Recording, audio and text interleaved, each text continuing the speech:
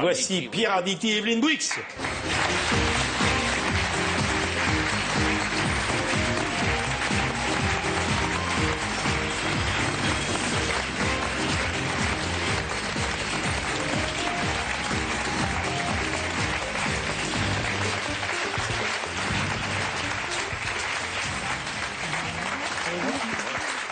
Alors là, on a un plateau de rêve aujourd'hui.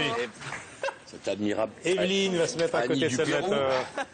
Bonjour, président Pierre. Salut Salvatore. Franchement, Pierre, on est en famille ce soir, non? Tu parles. Hein, Et comment, oui. On parle de Jouvet, hein, Oui, j'écoutais ça, c'est absolument formidable.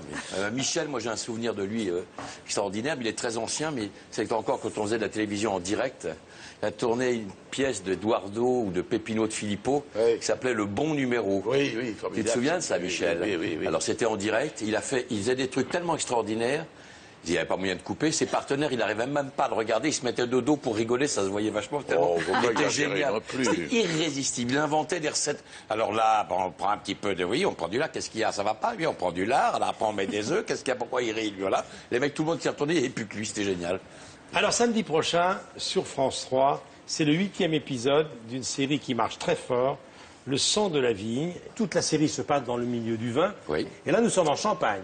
Oui. Et là apparaît l'admirable Evelyne Boix de Homard. Voilà, absolument, et qui a vraiment un rôle capital, parce que ça commence par deux drames.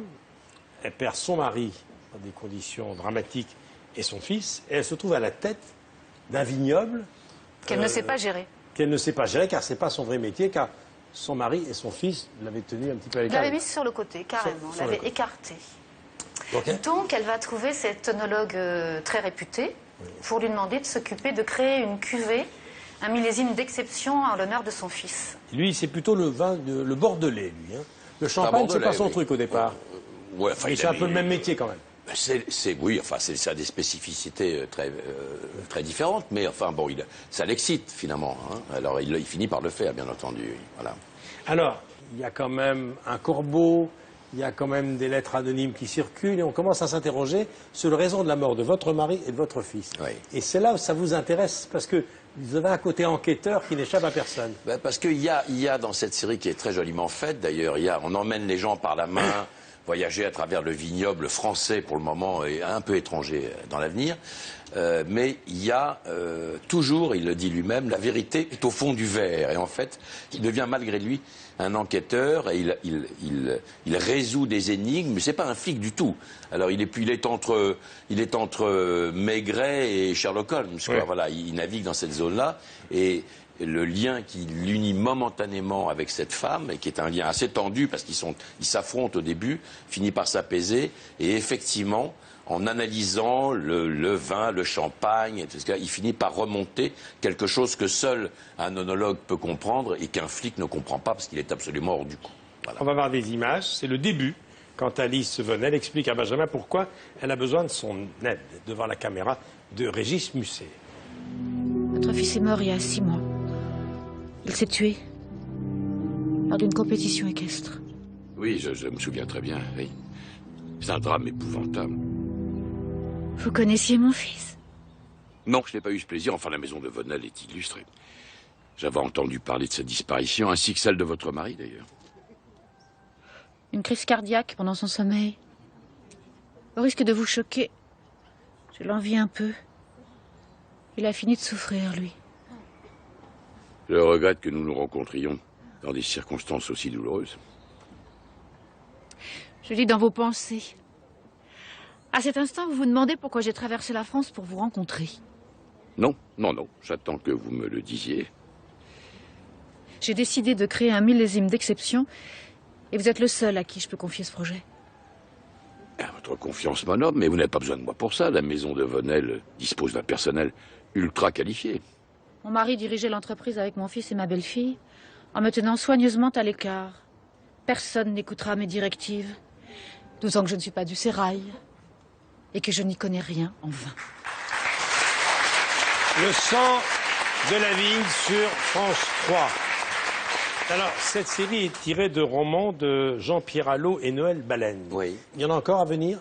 Ah oui, là je vais en tourner 4 autres, 2 en Bourgogne, 1 en Alsace et 1 dans le Jura, avant de faire l'année prochaine de nouveau un peu de Bordelais, sans doute du Languedoc, de la Provence, et peut-être même un peu de Toscane ou d'Argentine. Tout ça sans prendre de poids?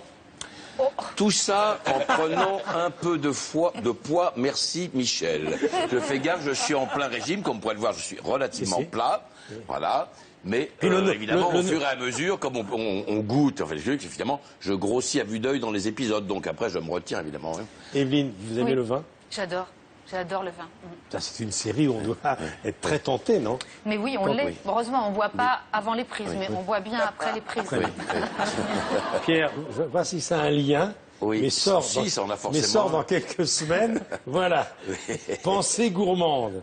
Au cherche midi. Oui, et elles ne sont pas de moi, mais c'est mon copain Jean-Yves Clément qui sait que j'aime bien manger et bien boire. On a concocté, on a rassemblé un certain nombre de réflexions qui vont de Rabelais à Philippe Bouvard, en passant par Francis Blanche, Montesquieu. J'en ai 2 ou 3. Il y en a une qui va plaire à Annie Dupéré, puisqu'elle adore les poules.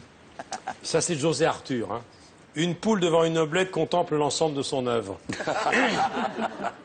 W.C. Fields, si je bois, c'est pour rendre les autres intéressants. Ça, c'est magnifique. Et puis Jacques Dutronc, qui nous regarde encore, comme chaque dimanche. Salut Jacques. Voilà ce qu'il dit, Jacques. Je ne sais plus pourquoi j'ai arrêté de boire. Je devais être bourré ce jour-là. Ça sort dans quelques jours. C'est formidable. C'est formidable. Et il y en a une dont je me suis servi pour la préface, qui est absolument formidable, qui est de Pierre Dac, et qui dit « Il vaut mieux prendre ses rêves pour des réalités que son slip pour une tasse à café. » Pas mal. C'est Pierre Dac. J'aime bien. Je fais le tour complet de l'actualité de chacun d'entre vous. Moi, je veux avoir des nouvelles de Salomé, votre fille, Salomé Lelouch, qui dirige le Ciné 13. Oui, alors... Justement, puisque vous me parlez de ça... je m'intéresse à la famille depuis longtemps. Oui, je sais, depuis longtemps. Eh oui. Depuis longtemps. Eh bien, il y a un spectacle magnifique au Ciné 13 Théâtre Avenue Junot qui s'appelle La liste de mes envies, tiré du best-seller de Grégoire Delacour. Ah oui, c'était un succès. Et il y a un acteur magnifique qui s'appelle Michael Sheridan. C'est pas moi ? Un autre que toi. C'est pas possible. Qui interprète plusieurs personnages, des personnages féminins et masculins. Où il est carrément extraordinaire et la mise en scène aussi de Anne Bouvier, qui est la fille de Jean-Pierre Bouvier, notre acteur, et qui est magnifique. Donc c'est un petit bijou donc il faut vraiment aller le voir. Très bien. L'actualité cinématographique de Pierre. Il y a un film qui sort en mai, je crois, non? Qui sort le 1er mai, oui, La fleur de l'âge. J'ai tourné avec Jean-Pierre Mariel, dont je fais le fils, et Julie Ferrier, qui est un très joli film. Je crois savoir que tu joues le rôle d'un producteur de télé. Je joue le rôle d'un producteur-présentateur de télé qui finit par se faire dégager parce qu'on lui fait comprendre que son temps est révolu et qu'il est trop vieux pour continuer, ce qui est toujours agréable. Et c'est une occasion pour lui de retrouver son père, qui est évidemment plus âgé, qui est un homme difficile et solitaire. Et ces 2 personnes-là vont se trouver ou se retrouver. Et à cet âge-là, c'est assez beau, franchement, le rapport qu'on a. J'ai été fou de joie. C'était mon rêve de jouer avec Marielle, comme ce serait mon rêve de jouer avec Galabru. C'est des générations d'acteurs qui sont... je ne sais pas comment on peut dire. Ils jouent plus rien, ils incarnent, quoi. Ils n'ont plus besoin de démontrer, rien du tout, ils incarnent. Donc c'est pas la peine de dire « Ah, je vais faire ça ». Rien. Ils sont là, ils arrivent, ils vivent, et on regarde ça, on se dit comment c'est fait, on ne sait pas. Voilà, j'espère qu'un jour on sera comme eux.